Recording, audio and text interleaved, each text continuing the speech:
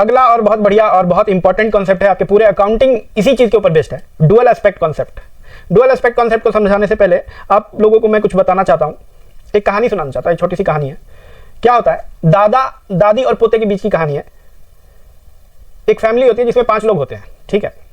5 लोगों के बीच में पोता अपनी दादी से कहता है कि दादी छोटी जो बहन है, छोटी वाली बहन की शादी हो जाने के बाद हम 4 लोग बचेंगे।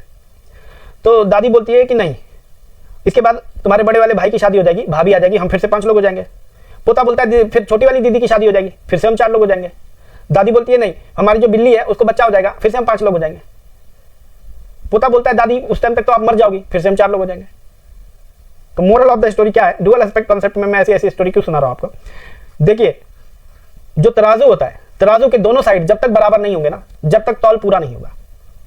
अकाउंटिंग में भी यही होता है कि दोनों साइडों को हमें बराबर करके चलना पड़ता है, तभी जाके अकाउंटिंग कंप्लीट होती है। बोलते हैं ना, कुछ पाने के लिए कुछ खोना पड़ता है। तो अगर आपको कुछ पाना है तो आपको कुछ खोना पड़ेगा, तभी तो तराजू के दोनों पास से पलरे बराबर होंगे, नहीं तो एक ऊपर नीचे हो जाएगा। जहां ऊपर नीचे हुआ वहीं अकाउंटिंग गलत हो जाएगी। तो डुअल एस्पेक्ट कॉन्सेप्ट क्या कहता है कि कोई भी ट्रांजैक्शन है उसके 2 पहलू हैं। एक पहलू को हम डेबिट कहते हैं और दूसरे पहलू को हम क्रेडिट कहते हैं। डेबिट और क्रेडिट के अलावा अकाउंटिंग में कुछ नहीं है। अगर आपने ये चीज समझ लिया ना, तो आपको पूरी अकाउंटिंग कंप्लीट हो जाएगी। अकाउंटिंग में और कुछ है ही नहीं। तो एक पासे के 2 पहलू कैसे होते हैं मैं आपको समझाता हूं। मान लीजिए कि आपको कोई बाइक खरीदनी है, ठीक है। तो अब क्या होगा, वो 1 लाख रुपए की बाइक है। अब क्या होगा, आप दुकानदार को 1 लाख रुपए देंगे, ठीक है। आपके पास से 1 लाख रुपए चला जाएगा, माइनस में 1 लाख, और आपके पास लेकिन क्या होगा, आपके पास बाइक आ जाएगी। हो गए ना 2 पहलू। इसी तरीके से जितने भी ट्रांजैक्शंस है, लेन देन है दुनिया के अंदर, उन सब के 2 पहलू होते ही होते हैं।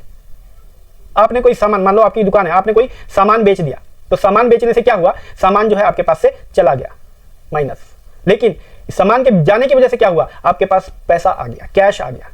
हो गया ना 2 पहलू। तो हर ट्रांजैक्शंस के जितने भी ट्रांजैक्शंस होते हैं उसके कम से कम 2 पहलू होते ही होते हैं। यही कहता है डुअल एस्पेक्ट कॉन्सेप्ट। आइए इसको पढ़ लेते हैं। The dual aspect concept states that every business transaction has 2 aspects. Her business transaction का 2 एस्पेक्ट होता ही होता है। एक एस्पेक्ट को कहते हैं हम डेबिट और दूसरे को क्रेडिट, और खत्म अकाउंटिंग।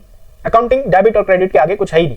जैसे आपका मैथ्स में प्लस और माइनस के अलावा कुछ नहीं है, बाकी चीजें उसी से मिलकर बनी है, इसी तरीके से आपके अकाउंट्स के अंदर डेबिट और क्रेडिट के अलावा कुछ नहीं है। अगर आपने ये चीज समझ लिया तो आपको पूरी अकाउंटिंग समझ में आ गई।